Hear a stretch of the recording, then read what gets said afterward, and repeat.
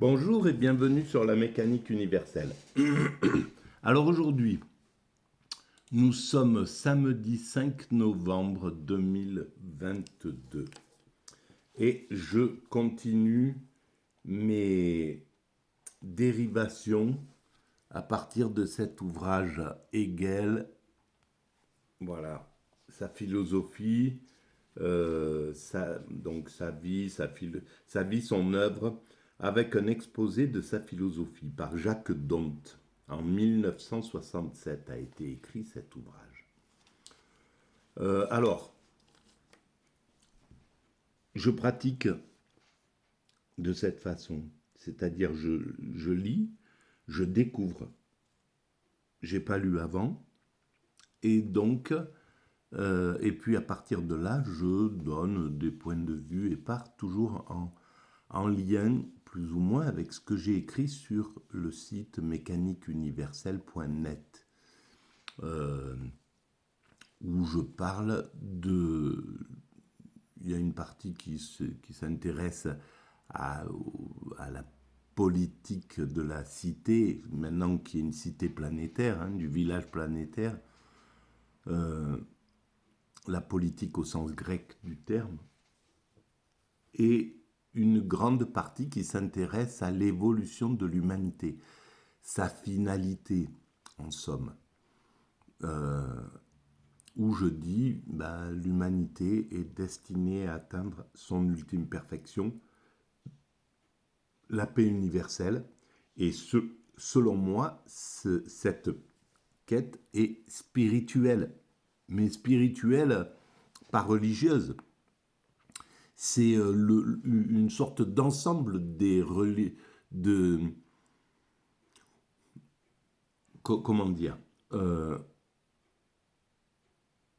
j'ai pas vraiment précisé d'ailleurs je parle pas de religion dans cette évolution. Disons que je m'appuie sur les connaissances des religions parce qu'elles l'ont toutes euh, imaginé cette finalité en réalité. Elles ont toutes, voilà, c'est l'âge d'or en somme. Et pas que les religions d'ailleurs, enfin, ou les religions antiques, comme les Grecs ont pensé, ont imaginé ça, etc. Les hindous ont imaginé ça, le judaïsme a imaginé ça, et leurs filles, euh, voilà, les filles du judaïsme, c'est le christianisme et l'islam, par exemple. Les filles de l'hindouisme, c'est le bouddhisme et le taoïsme, voilà. Les philosophies qui déclinent en somme de cette racine. Et donc, c'est plutôt ça. Voilà, c'est pas, on va pas aller vers une religion, vers un principe religieux. Ça sera, voilà, un état spirituel qui sera là. Mais un état spirituel dans l'absolue liberté. Et alors, ça me permet de venir sur un point sur lequel je commence à m'intéresser. C'est le libertarisme. Voilà. Et donc j'ai essayé je commence à peine, hein, j'ai qu'une vision vague, très vague de ce que c'est, mais je sais qu'il va falloir que je m'occupe de cette... après Hegel, là, ou pendant Hegel, je ne sais pas, je vais m'intéresser à cette vision libertarienne, le libertarianisme, qui est la primauté de la liberté. Parce qu'en réalité, dans ce que je décris, quand j'ai eu à penser à la finalité de l'humanité, c'est la liberté absolue, la liberté totale. On parvient à la liberté totale, mais la liberté totale, c'est l'extase. C'est uniquement dans cet état d'extase que nous atteignons le plus haut degré de liberté. de ce qu'on peut imaginer être la liberté. Bien sûr, il y a des libertés ordinaires. Le fait d'être, voilà, on est dans un système libéral. Le système libéral, c'est un système qui offre le plus de liberté. Et d'ailleurs, ça me permet aussi de, de, de raisonner un petit peu ce que j'ai dit hier. Alors, voilà, bien souvent, il y a un peu deux façons de m'exprimer qui sont dépendantes de mon état un peu physique. Quand je suis dans un moment un peu où je manque d'oxygène, mon mental est un petit peu embrumé, c'est un petit peu compliqué pour m'exprimer, etc. Je cherche mes mots, je ne trouve pas, donc ça devient laborieux et c'est euh, un peu un état un état un petit peu moins optimiste, je vais dire, que ma nature originelle peut le faire.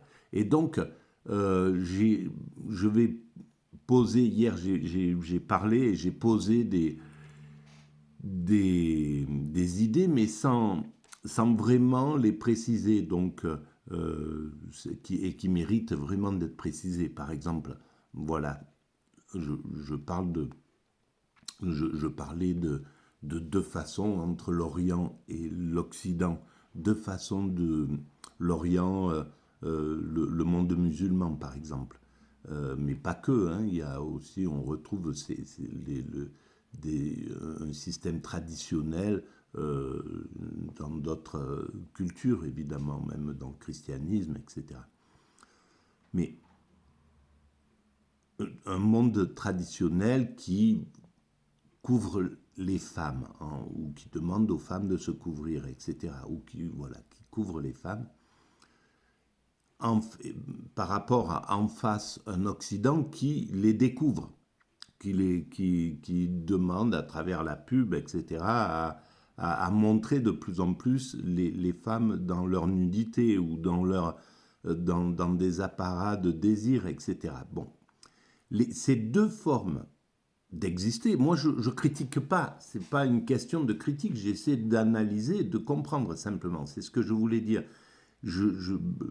Évidemment, euh, selon moi, il vaut mieux être dans un monde de liberté, même quand il est exagéré. C'est pour ça que j'ai essayé de comprendre aussi le, l'intérêt des exagérations du monde actuel, par exemple, qui laisse la liberté de parole dans l'exagération, avec et ce qui conduit à une sorte de tension dans le monde occidental entre, entre des points de vue extrêmes. Et finalement, de cette tension naît la capacité de se parler et d'être obligé, même en criant, en vociférant, en s'invectivant, de se maîtriser, de pouvoir se dire les pires choses, mais de façon maîtrisée. Ben voilà, comme hier, il y a eu un problème à l'Assemblée nationale, ou hier ou avant-hier, et un élu en parlant d'un bateau qui fait traverser des pauvres êtres humains qui sont venus, qui essaient de fuir des pays en guerre, ou simplement vouloir goûter à la liberté. Et ça peut être ou au libéralisme, ou à la vie comme on peut la connaître en Occident, et qui peut contester ça si on plonge vraiment si on cherche à réfléchir sur cette chose-là. Alors, évidemment, mon père est passé par la frontière comme ça en fraude dans les années 20, entre l'Italie et la France. Donc, je, évidemment, j'ai une conscience un peu différente de ce que ça peut être. J'ai interrogé mon père pendant longtemps sur la fin de sa vie, et il me disait ben, que évidemment, il crevait de faim là où il était. Il y avait toute cette chose-là et les gens parlaient, ils disaient en France, il y a du travail, il y a ce qu'il faut, etc. Donc il y avait toutes ces choses qui faisaient qu'il était attiré par la France, par exemple, où il voulait aller ailleurs dans d'autres pays. Avant, il y avait l'Argentine, il y avait l'Amérique, etc. Donc, ils étaient sur les starting blocks, tous ces jeunes qui étaient là. Et c'est exactement ce qui se passe avec les migrants actuels. Et ils risquaient leur peau. Ils risquaient, là, il est passé par les Alpes, il y a des gens qui sont tombés dans les crevasses, etc. C'était risqué, c'était quelque chose de dangereux, tout ce qui se faisait à cette époque. Sans compter qu'ils n'étaient pas souvent ils n'étaient pas les bienvenus dans les années 20 par les gens qui étaient déjà là, ou voilà, et puis même ceux des Italiens qui étaient installés ou des Français qui étaient là ne supportaient pas tellement leur présence. Certains, une petite minorité évidemment, la majorité est accueillante en fait. Et globalement, elle est comme ça, en France, ailleurs, en Italie, de partout. Globalement, la majorité est accueillante. Et en libérant la parole, on libère des gens qui, donc, voilà, dit de ce bateau qui retourne, qui retourne en Afrique avec ses... Alors, voilà, ça libère la parole. Mais, en même temps, il y a une telle...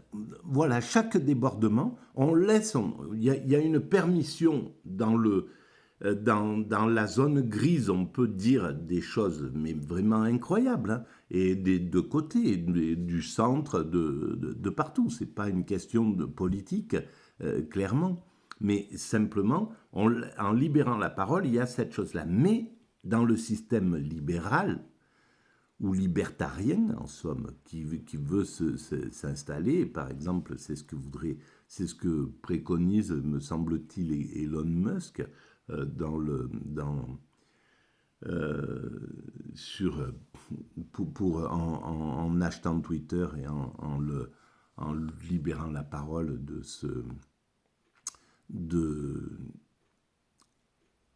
de ce réseau social. Euh, et j'ai écrit, ben voilà, j'ai écrit sur Twitter, justement, j'écris sur Twitter depuis longtemps. J'ai écrit, voilà, je pose une question. Combien de temps un homme qui dispose de la toute-puissance peut-il l'utiliser sans sombrer dans l'abus, sans en abuser? Eh bien, nous allons là pouvoir le constater avec la prise en main de Twitter par Elon Musk. On va voir comment ça se passe pour un homme qui est arrivé sur la toute-puissance, c'est clair. Il est sur un état de toute-puissance. Alors, est-ce qu'il est bien conseillé? Est-ce qu'il est seul dans cette chose-là? Mais on l'a vu, ce que donne l'état de toute puissance dans la vie. Alors, donc, on est sur ce système de contestation. Et donc, j'ai dit, voilà, en Orient, pour revenir dans cette chose-là, dans le monde musulman, une partie du monde musulman, on demande aux femmes de se voiler pour maîtriser les pulsions de la frange bourrine des êtres humains, on va dire, de la frange dangereuse des hommes. Hein. Il y a une partie des hommes qui est dangereux pour ses frères humains et pour les femmes, en réalité. On le sait, il y a quelque chose comme ça. Voilà, il y a un côté un peu violent, quoi, chez une partie des hommes. Alors d'un côté, on va les maîtriser comme ça. On a pensé que c'était la façon de pouvoir maîtriser les pulsions masculines des hommes, en leur cachant, leur dissimulant les choses. C'est chose qui est complètement aberrante, parce voilà, l'esprit dans l'homme, il est en éveil autant derrière quelqu'un qui est derrière un voile que derrière, voilà, ça n'a rien à voir. C'est donc les interdits religieux qui obligent l'homme à se maîtriser en réalité. Et de l'autre côté, c'est les interdits laïques. Voilà, on dénude le marché, le système du marché dénude les femmes pour pouvoir vendre ses produits, hein, c'est simple. Et donc il lance des modes, etc. Il est dans ce mécanisme qui va qui prône le sexy, qui prône, etc. Chacun son truc. Encore une fois, c'est pas une critique de quoi que ce soit. Le monde se déroule devant mes yeux et je le regarde et j'essaye de le comprendre. Donc on fait ça et en même temps, les lois laïques interdisent d'abuser de ça, d'humilier une femme, voilà, de tenter de la séduire sans son consentement, etc., etc. Et maintenant, on voit qu'on avance encore plus profondément dans ce respect qui est exigé de cette frange des hommes qui doit maîtriser ses pulsions. Et donc, c'est la façon dont l'Occident traite la chose. Alors, on peut, si on y réfléchit bien, les deux façons, et c'est pour ça qu'elles sont en combat actuellement, elles sont en contradiction, elles sont en, voilà, le monde laïque et le monde religieux est vraiment en conflit. Et quand on y réfléchit, la position, elle est vraiment, normalement, elle est centrale, quoi. Il y a quelque chose qui devrait pouvoir donner la possibilité dans la liberté. Et c'est ça le fondement. Le fondement, c'est la liberté. Donc ça veut dire que le monde qui oblige les femmes à se voiler n'est pas dans le bon timing de l'évolution de l'humanité. Voilà. On peut comprendre, etc. Il est nécessaire de comprendre ce qu'il apporte à l'humanité, qu'il est en train de dire le spirituel, on a besoin du spirituel. N'oubliez pas que on doit se poser la question de y a-t-il du divin, est-ce qu'il y a du divin, est-ce qu'il n'y a pas du divin. Il y a une grande partie de l'humanité qui est croyante, qui croit qu'il y a un principe créateur à l'origine de l'univers, et on ne peut pas lui imposer de ne pas croire, et parce que c'est pas sensé, simplement. Si le monde athée venait avec des preuves vraiment déterminantes, c'est une chose. Quand ici vient avec des preuves déterminantes, il n'y a pas de problème. Tout le monde passe sur l'autre version. Mais comme il n'apporte aucune preuve, on est obligé de respecter le monde qui est un monde qui croit. Parce qu'il est, pour moi, beaucoup plus logique. Voilà, ça n'a pas changé depuis Pascal. Il est plus intelligent de penser qu'il y a un principe créateur à l'origine de l'univers.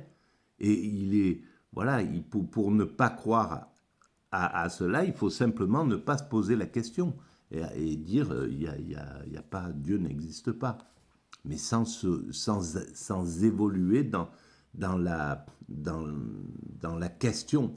Et d'ailleurs, je me demande, mais je ne sais pas si Nietzsche, justement, tient des propos athées. Il dit que Dieu est mort pour lui et qu'en fait, il faut le ramener peut-être à aller rallumer la lumière sur lui. Mais je ne pense pas qu'il essaye de prouver, de démontrer que Dieu est mort. Sade essaye de démontrer par l'absurde en disant voilà, s'il y a le mal, etc.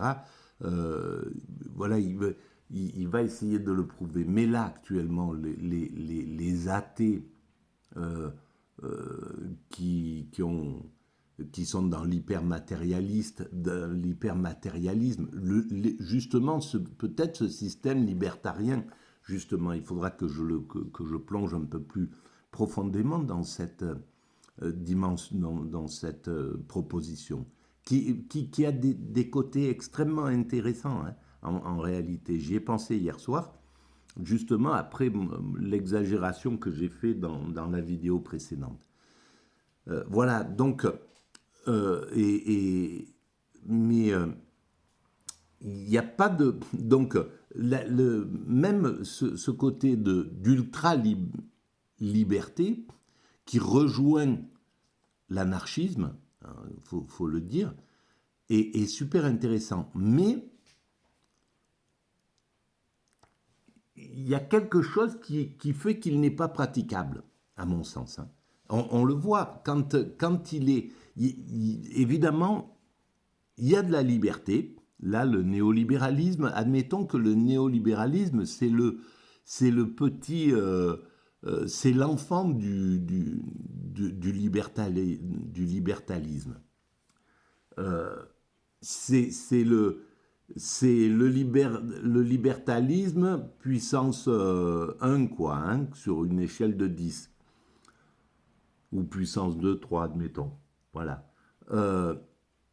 Et donc, il a offert la liberté. Plus de liberté, c'était la liberté d'entreprendre, la liberté de constituer des fortunes quand on veut, etc. Mais on voit ce que ça donne. Dans le monde occidental est en pleine souffrance. C'est pas vrai que le monde occidental est optimiste. Il n'a rien à voir avec les 30 glorieuses où l'État avait une influence majeure dans l'humanité. En France,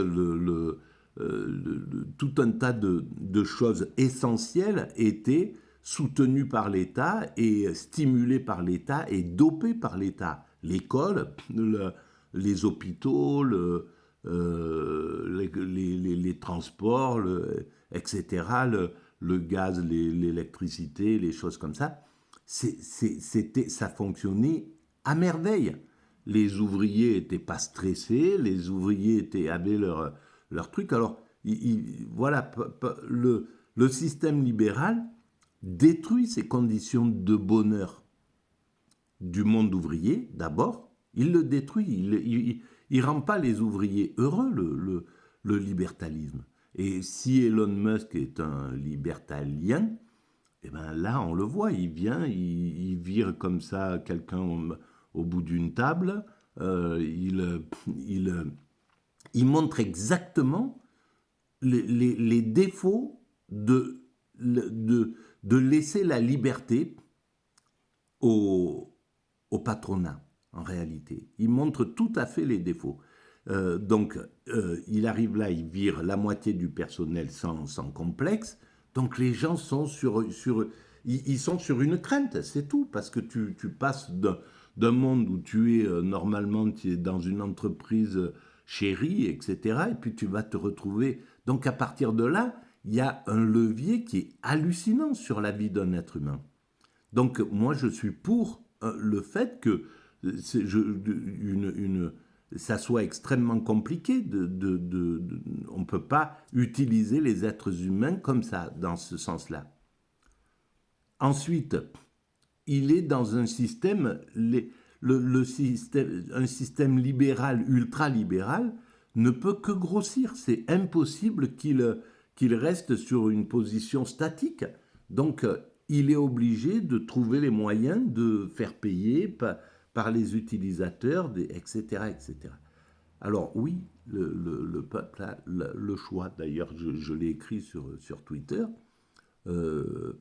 Effectivement, il y a quelqu'un qui avait écrit nous sommes les ouvriers de Elon Musk, nous qui travaillons, qui écrivons sur Twitter. J'ai dit oui, on est les ouvriers, mais on a une chance inouïe qui n'existe pas dans le monde du travail. C'est celle de quitter le boulot quand on veut. voilà, si on veut se mettre en grève, partir en vacances, si on décide de se mettre en grève tous, personne ne nous l'interdit. Il n'y a pas de grève, il n'y a pas de grève interdite.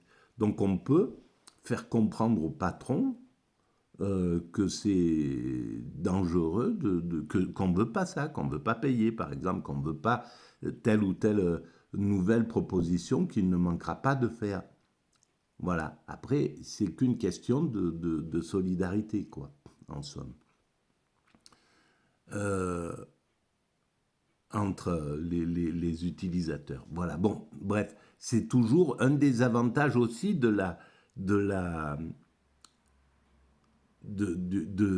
libéralisme. Mais on voit que le libéralisme, quand on lui donne plus on lui donne de liberté, et plus il peut thésauriser des privilèges. Parce que, qu'est-ce qui se passe? Voilà, Elon Musk, toujours pareil, c'est parce qu'il y a des informations qui sortent sur lui, j'ai rien contre lui, au contraire, je trouve intéressant à regarder des parcours comme ça.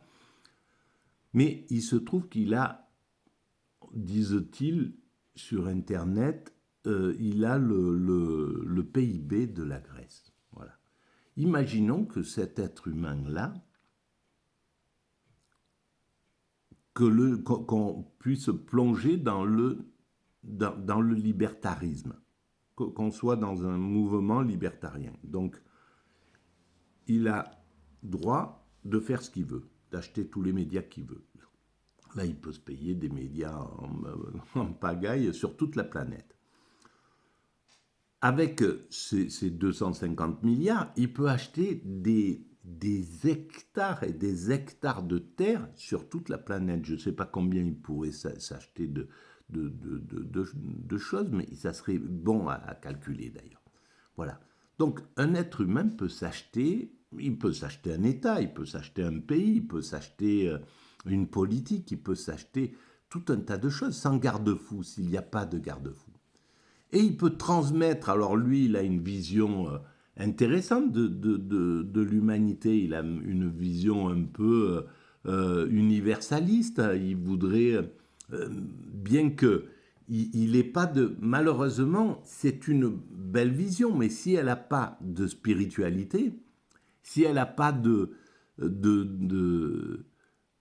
oui, d'élévation éthique, on va dire morale, en somme, quelque chose comme ça, s'il n'a pas cette vision, s'il n'a pas la vision de la complexité du monde, c'est une catastrophe, quoi, parce que ça peut pas fonctionner. Ça peut fonctionner avec une vision, la téléologie, influer sur le cours de l'humanité, ça peut se faire s'il y a une vision spirituelle qui permet de comprendre la complexité des choses. Mais sinon, voilà, donc admettons, il fait ce qu'il veut, il achète la moitié de la planète sur le truc. Et lui, il finit par mourir, et c'est ses enfants, un de ses enfants qui vient, qui a une vision, voilà, comme on a pu le voir dans l'impérialisme romain. Puisque où c'était voilà des transmissions comme ça d'empereurs des fois par les enfants et on tombe sur un malade, etc. Qu'est-ce qui se passe sur cette chose vis-à-vis de ça. Donc donc dans le libertarisme, apparemment, ils sont contre donc toute contestation de la propriété, donc de tout ce qu'il a. On ne peut pas contester, on ne peut pas lui réclamer, on peut pas, l'État peut même pas, puisque pour le libertarisme, les impôts c'est du vol, donc on doit lui laisser, il monte des fortunes comme ça, et on doit lui laisser cette chose-là. La transmission, on ne peut pas influer sur la transmission des choses en donation voilà, chacun est libre de faire ce qu'il veut. Donc s'il n'y a pas d'intervention, on va vers une sorte de... à mon sens, c'est catastrophique avec l'état psychique de l'Occident.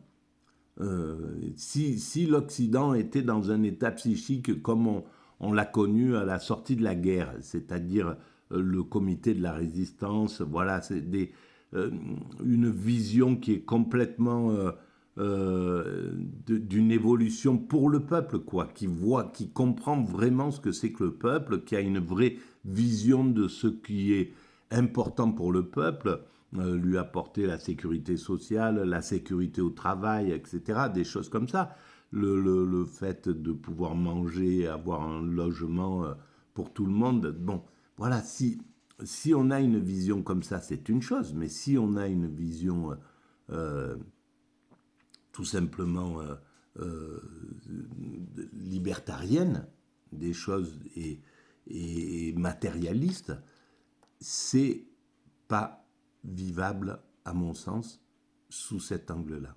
Donc, il y a quelque chose, et c'est pour ça qu'il va falloir vraiment, je pense, maintenant, réfléchir à ça. Et malheureusement, je ne maîtrise pas bien les termes, les mots, les concepts pour pouvoir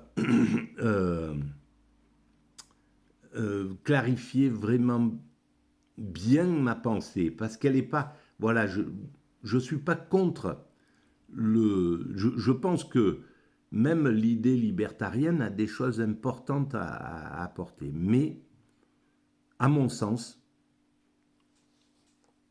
maintenant, on doit aller vers le symbiotique, vers l'utilisation du meilleur de chaque proposition. Parce que c'est pas pour rien qu'elles existent, ces propositions. C'est pas pour rien. Ce qu'a apporté le communisme, le marxisme, l'anarchisme, le socialisme, etc., etc., ça peut pas être balayé comme ça l'est par le système libertarien voilà, là, on voit, il y a quelqu'un qui se représente au Congrès américain, qui vient avec une mitraillette et qui tire sur un truc en disant sur le socialisme, sur des acquis de base, quoi, sur des choses basiques, et qui tire avec une mitraillette.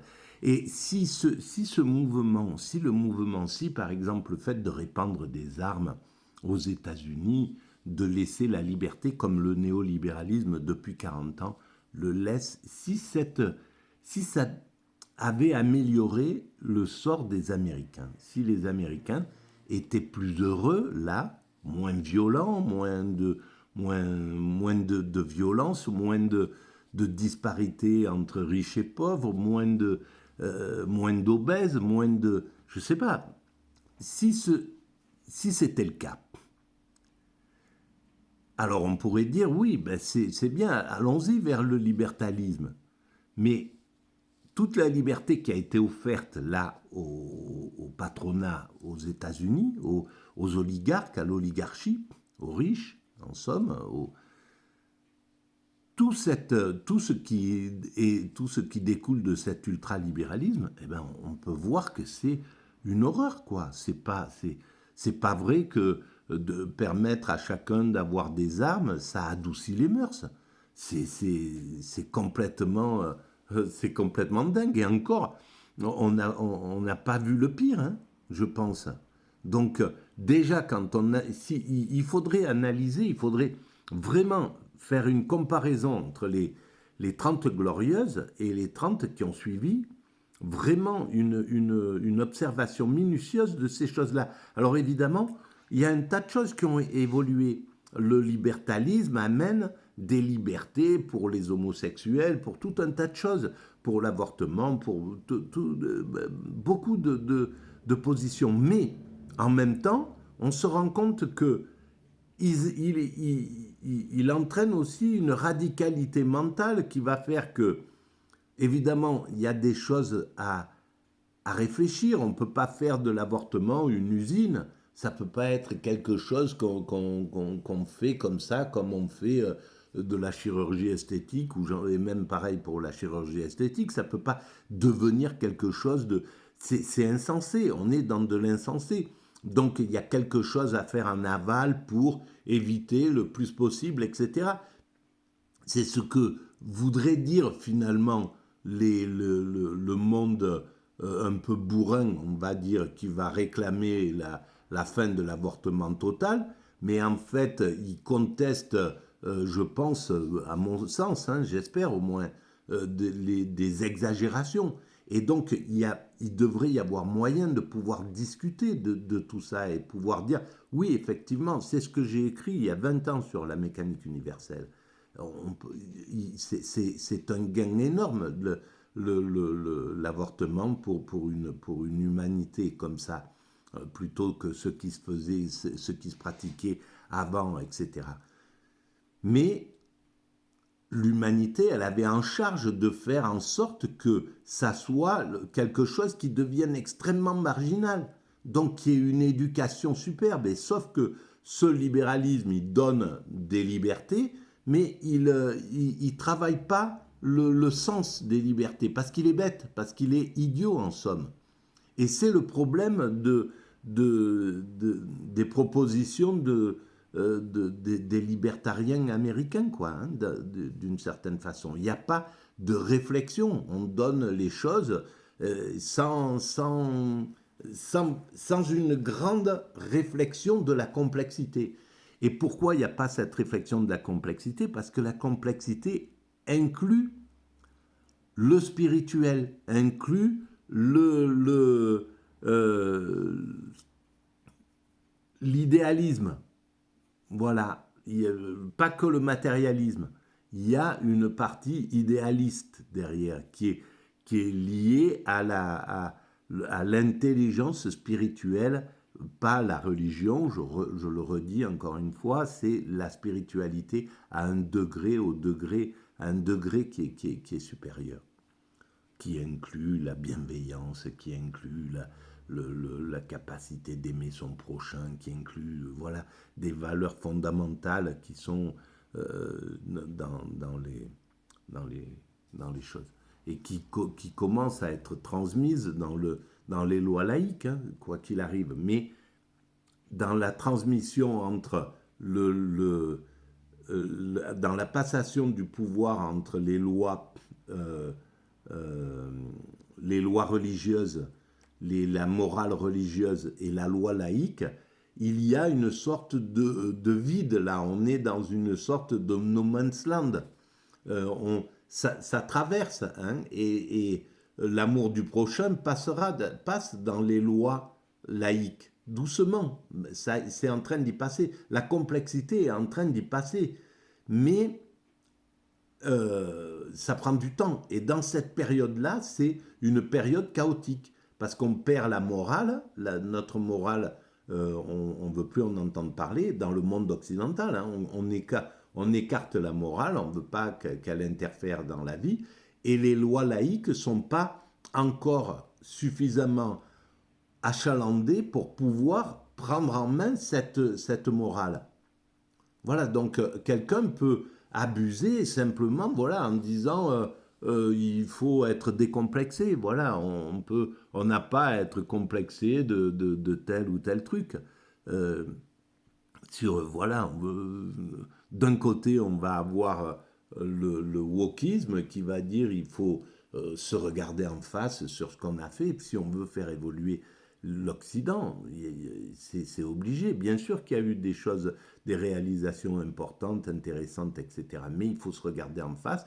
Il faut restaurer l'honneur de ceux qu'on a abusés, qu'on a maltraités. C'est une nécessité. Et puis il y a ceux qui disent non, on n'a pas à se complexer sur ces choses, etc. etc. Et c'est ceux-là qui sont en train de donner le plus de voix dans cette humanité. Voilà. Donc, alors ça veut dire qu'il faudra qu'il y ait une loi, il y aura une loi qui va restaurer les choses, etc., etc. Mais ça prend du temps, voilà, sur cette chose-là. Bon, bref, eh ben, j'ai pas commencé à lire Hegel, mais il fallait que je rectifie cette chose-là. Ça mérite encore beaucoup de réflexion. Hein. C'est pas là, j'y suis. Voilà, je sens bien que ça mériterait que je l'écrive d'ailleurs, que je commence un petit peu, que je recommence un petit peu à écrire à ce sujet pour préciser un peu plus les choses et les mettre vraiment à plat. Donc c'est le problème de ces lectures comme ça, de ces digressions qui j'ai pas de notes, j'ai rien, donc j'oublie des choses, ça précise pas suffisamment, c'est pas voilà, c'est pas le top évidemment. Hein. Ça fait un peu amateur et c'est amateur de toute manière. J'en suis désolé, euh, voilà. Mais c'est comme ça, ça. Si ça se fait ainsi, c'est qu'il faut que ça se fasse ainsi. Voilà, selon la théorie de la mécanique universelle. Merci de votre écoute.